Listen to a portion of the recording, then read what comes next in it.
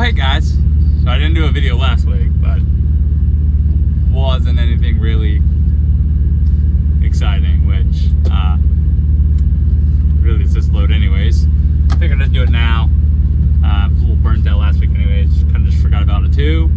But I am setting up an IRP account, which means I will probably be the only unicorn out here running over the road with a Wyoming plate on.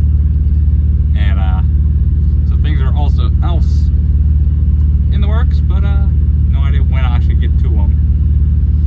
But yeah, let's see what happens. So ended up doing, let's see here, 1, 2, 3, 4, 5, 6, 7, 8, 9, 10 stops, and usual weight 35,000.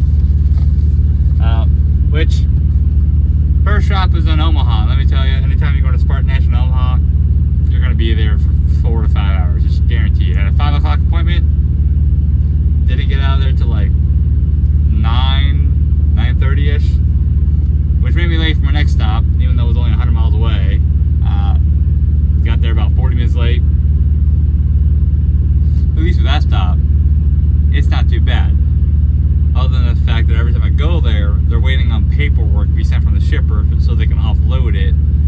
Because the bills just has numbers on them. It doesn't say what the product is. It doesn't break anything down. It just has like some numbers. I forget exactly what they call them. But the paperwork they're supposed to get tells them what to do with the product and where it's going, yada yada yada yada. And wow, normally I get there, I just get a hold of my contact, he makes a phone call, within 20 minutes, 30 minutes they got it. Well, this time it took an hour, which for some reason, the paperwork's supposed to be there in their email before I even get there. It's like nobody does their job, which means the driver suffers. But because I was also late getting out of there and late getting there, technically this place I was still first come first serve, but it's not. But went from Omaha, Sioux City, Iowa, up to Sioux City, South Dakota, right? And to TQ Logistics, and no, they're not first come first serve, and it's appointment based. And I only brought 2 pallets, but I ended up being there for 2 hours. So, and I was also gonna go home at the end of this day, be at home at night pretty much. So originally I should have been home around 7, and from 6 to 8 o'clock. I didn't get home till like midnight, 12:30ish, tired. And of course I had to get up early too, because I had to go deal with the treasurer's office for truck stuff, and yeah.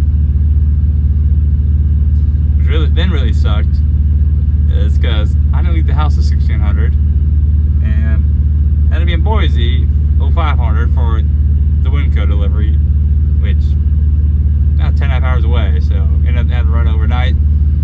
And it's been a while since I've had to flip-flop like that, so. But I did get, I went into Boise, and I was like, went to that Winco, and I was like, hey, I've been up all night, and anyway can get me in and out in 1 hour. It's 1 pallet. Sure enough, they did. So I ended up like going up the road and sleeping for like 3 hours, 4 hours, get a little nap. Because then I had to be in Portland that night, 22:30, for the other Winco. But hey, at least this week they didn't hold me for 5 hours. But it was a little weird doing this run and not having a Ridgefield on. So yeah, for those who've been around, Ridgefield means Unify, and that Unify has been an issue for me. And I need them again so I can see if the problem's been fixed or if it's still a go fuck myself type thing. But yeah, that Winco, let's see. I don't remember where they got me out. I don't remember, but had a, Kroger at 0600. I actually like that Kroger in Clackamas, in and out, right? And because also since I didn't have to go to Ridgefield, I didn't have to come back down into Portland to do the normal banking, or not, well, normal business hours deliveries, right? So the Chef Warehouse got there pretty much like an hour, 7:30, 8 o'clock, something like that, for an 8 a.m. done. That's all I had to do for that day, right? So I was done by 8 o'clock in the morning. I just had to get up to Seattle, Tacoma area pretty much.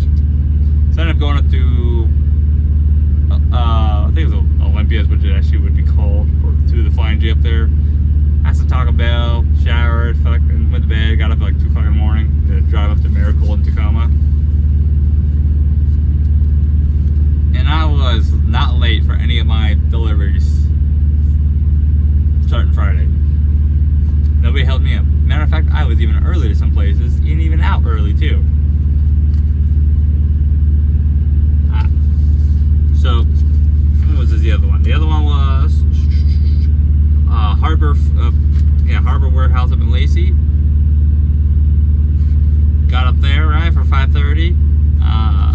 They asked me if I wanted to load it myself, and it was one pallet of 180 cases. So I just needed 4 pallets, and I broke it down myself, easy peasy, and out of there in a half hour. Not opposed to offloading, but I don't technically get paid for it, so I don't really go out of my way to do it, unless it's in my benefit, which is not always is. Yeah, that one was easy, but like, let's say, which by the way, I can't use a forklift there, and I can't use forklifts, so the only thing I'm allowed to use is pallet jacks. So let's say it's on top of another pallet, and it's like 500 boxes, like this one stop is. Like a Miracle is 468, cases. Can't do anything with it unless I will down stack it and then put it on another pallet, and yeah, just a little bit more work, right? Which, whatever. I don't do it enough, so when it says I don't do it enough, I feel it a lot more. But no, I mean, that was easy. And it was nice just go for Harbor Warehouse. Those who know where it's at. Same area Whole Foods is, same area as Trader Joe's. And the Harbor Warehouse is right behind Trader Joe's. I went literally from there down to Trader Joe's, next building down pretty much. And I was like a half hour early at that place. And they got me out. That Trader Joe's, I like them. I don't know why they get so many bad reviews. Might be because of the stuff I bring in. I'm usually there an hour and a half and gone, right? But then all I left was go to Harbor Food Service, which been there plenty of times, and they're always pretty decently quick. Which is also only like a mile from the crossdock, so it's just really easy to get in there, call park in the little wait for dock area, and then call the my contact, see if I got any pickups. If I don't, I just go literally a mile down the road, drop my trailer if they don't want it in the door, which I did, put it in the dirt lot, right? And they put it in the door for me. So I just park wherever.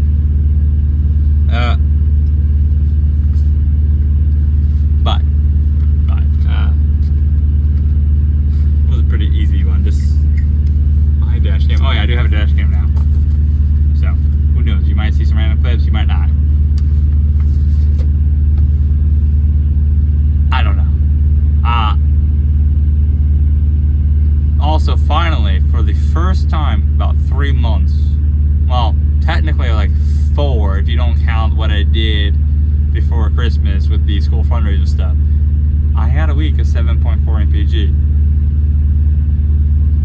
And I wasn't taking it easy either. I was moving. Don't know why dash cam just took a random picture when I'm not even getting touched, just sitting here. But I don't know what exactly my plans are for next year. I don't know. Like, I guess next year is going to tell me whether or not I really want to get my own authority. I'll be set up for an easy transition at least. I'm going to have a Wyoming plate. I'm going to have my own fuel cards. Probably going to get 2, just so I, just in case, pretty much. Either way, they're not going to be a line of credit. They're going to be pay as I go, pretty much. One of them gives a 25% off Michelin tires, and that includes the recaps.